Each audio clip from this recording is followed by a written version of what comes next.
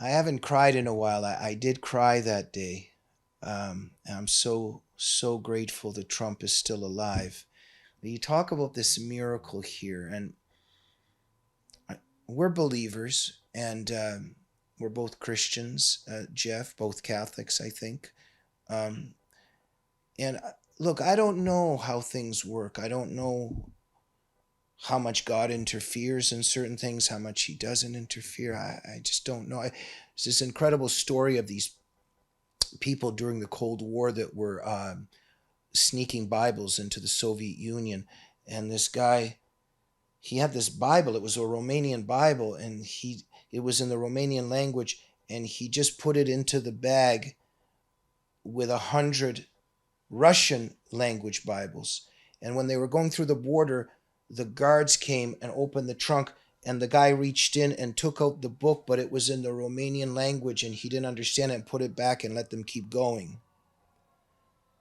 And I'll never forget that story. Is it a coincidence?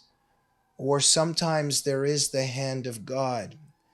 And I don't know, like the guy's shooting, and then just Trump goes like this. It's too much. Jeff, do you see the hand of God here? Because I do. Yeah, I think so because this event was what they would call chance, but then it has a certain providential meaning.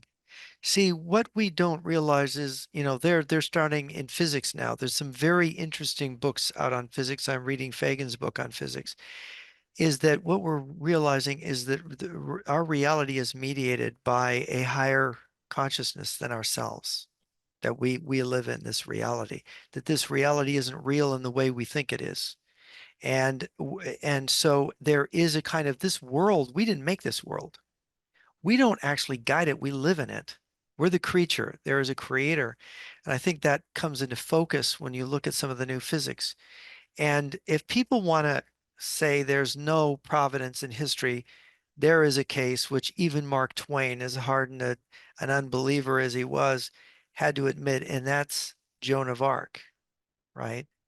So if you look at Joan of Arc, the story, and I did an article a couple of years on it and I read it, and it's just you talk about crying, you start weeping when you're reading about this girl, the heroism of what she did. She could only have done it with God's guidance. She was told things by by the messengers from God, and there is no doubt when you study this. Mark Twain said in his essay, famous essay on Joan of Arc, that she was the greatest person who ever lived in history because they had just released the transcripts of her trial, and he said she defended herself at her trial, and she was brilliant. When the English put her on trial and burned her as a witch, the thing that she did, and this is for as Americans, we have to understand, France was going out of existence when Joan of Arc was alive. France was conquered. King Henry V came in and he had taken Paris and he had taken over most of France, and there was just a little bit of it left. And there wasn't, nobody thought it was going to exist. It's just like Scotland became part of Great Britain.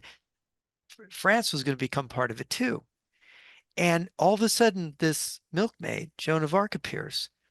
She goes to the heir apparent to the throne, the Dauphin, and she says, God has sent me, and I'm going to see you crowned in Amiens. You're going to be crowned king. And it was like impossible. The English army's unbeatable. They're invincible. We lose every battle. They lost every battle for years and years. And no, no, you'll win as long as it's my banner. And she won every victory. This girl, this 16-year-old girl, 16, 17-year-old girl, it's impossible. And everybody said it was impossible. It was a miracle. And Mm. France came back into existence like God wanted France to exist. Now, think about 1776.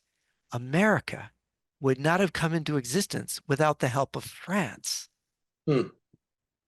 France had to exist for America to exist because it Mm. was French troops and the French Navy. That one time the British ruled the seas. During the American Revolution, the French always lost against the British.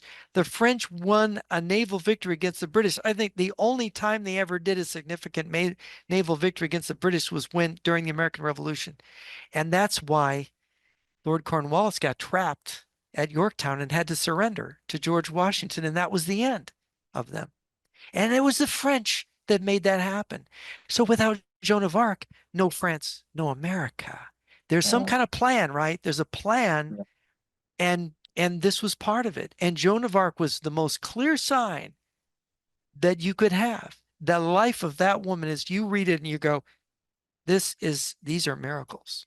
Mm. Fascinating. And praise Jesus.